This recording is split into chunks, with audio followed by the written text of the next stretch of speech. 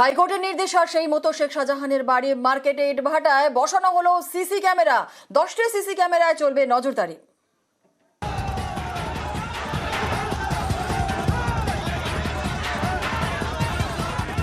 5ই জানুয়ারি ইডির অভিযানে ধুন্ধুমার। তারপর থেকেই বেপাত্তা সন্দেশখালীর বেতাজ বাদশা শেখ শাহজাহান। এরই মধ্যে জল্পনা ছড়ায় বাংলাদেশে গা ঢাকা দিয়েছেন তৃণমূল নেতা। শেখ শাহজাহান কোথায় খুঁজে পায়নি পুলিশ। মঙ্গলবার হাইকোর্ট নির্দেশ দেয় সিসি ক্যামেরা বসিয়ে নজরদারি চালানো। সেই মতোই বুধবার বসানো হলো মোট 10টি সিসি ক্যামেরা। তৃণমূল নেতার বাড়িতে 3টি, ইটভাটায় 3টি এবং শাহজাহানের নামে যে বাজার সেখানে 4টি। শেখ শাহজাহান কোথায় তাকে খুঁজে পাওয়া যাচ্ছে না, এমনই দাবি পুলিশের। তার পরিবার, তার ভাই আলমগীর বলছেন সন্দেশখালী ছেড়ে তিনি যাননি।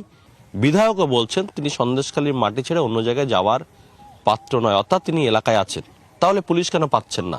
তার জন্য হাইকোর্টের নির্দেশে এলাকায় সিসিটিভি বসলো।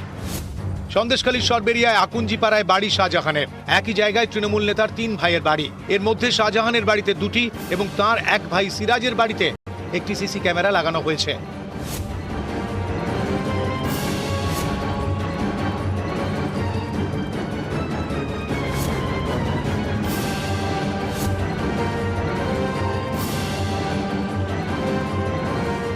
ঠিক এটা হচ্ছে শেখ শাহজাহান মার্কেট। এখানেও 4টি সিসিটিভি ক্যামেরা, তার অন্যতম, অর্থাৎ এই রাস্তা দিয়ে আসলেই এখানে একটি সিসিটিভি ক্যামেরা। ইটভাটার যে অফিস, এখান থেকে তার যাওয়ার রাস্তা, সেখানে তার গতিবিধি জানার জন্যই একেবারে এখানেও একটি ক্যামেরা লাগানো হয়েছে। বুধবার শেখ শাহজাহানের বাড়িতে সিসি ক্যামেরা বসালো পুলিশ। এদিনই শাহজাহানের ভাই আলমগীর তার বাড়িতে সিসি ক্যামেরা লাগান। তিনি নাকি নিরাপত্তার অভাব বোধ করছেন, তাই সিসি ক্যামেরা। সিসিটিভি পুলিশ লাগানোর আগে আমি নিজেই আমার বাড়িতে আমি একটা ক্যামেরা লাগিয়েছি। আমরা প্রতিদিন বাড়ির বাইরে বেরোতে গেলে পুলিশের কৈফিয়তের মুখে পড়তে হচ্ছে, কোথায় যাবেন, কখন ফিরবেন, সবকিছু মিলিয়ে মোটামুটি গৃহবন্দী অবস্থায় আমরা পরিবার যারা আছি আমাদের পরিবার নিয়ে। জিয়াউল আলম, নিউজ 18 বাংলা। আর সরবেরিয়ার আকুঞ্জিপাড়ায় শেখ শাহজাহানের বাড়িতে 24 ঘন্টা পুলিশি নজরদারি। একদিকে সিসি ক্যামেরা বসানো হয়েছে এবং সিসি ক্যামেরা যেমনটা নজরদারি করা হচ্ছে, এর পাশাপাশি কড়া পুলিশি নজরদারি। আদালতের নির্দেশেই লাগানো হয়েছে সিসি ক্যামেরা, রাত ভোর নজরদারি। সরাসরি চলে যাবো আমাদের প্রতিনিধি অনুপম আমাদের সঙ্গে রয়েছে সরবেরিয়া থেকে। এবং অনুপম, এই মুহূর্তে কি ছবি দেখতে পাচ্ছ? অর্থাৎ একদিকে তো সিসি ক্যামেরা বসানো হয়েছে, এরপর পুলিশের নজরদারি, কি ছবি সেখানকার?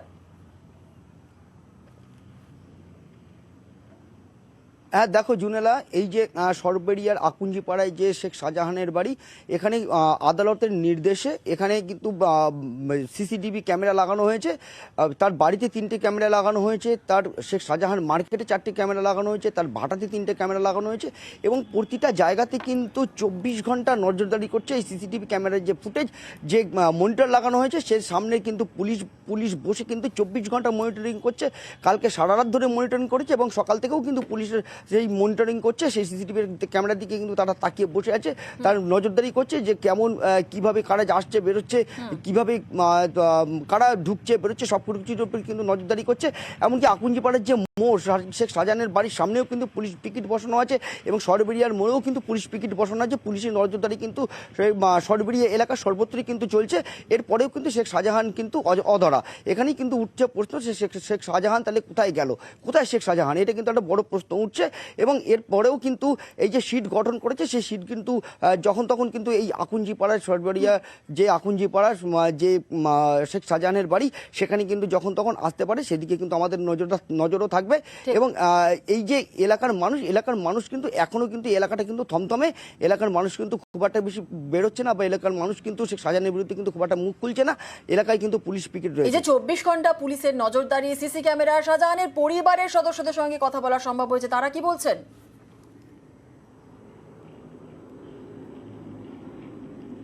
হ্যাঁ দেখো, আমরা পরিবারের সঙ্গে আমরা দেখা করার চেষ্টা করেছিলাম, কিন্তু প্রতিটা বাড়িতেই কিন্তু তালা দেওয়া, এবং ওর শেখ শাহজাহানের এক ভাই তিনি কিন্তু তার বাড়ির ভেতরে কিন্তু আছেন মনে হচ্ছে পরিবারের লোকজন, কিন্তু আমরা বাইরের থেকে ডাকাডাকি করেছি, কিন্তু তার বাড়ির থেকে কিন্তু কোনো সাড়া শব্দ পাইনি, কোনো উত্তর দেয়নি। তিনি কিন্তু ক্যামেরার সামনে কিন্তু আমাদের সঙ্গে দেখাও করেনি বা কোনো রকম কথাও কিন্তু আমাদের সঙ্গে বলেনি। বেশ একেবারে, অনেক ধন্যবাদ অনুপম।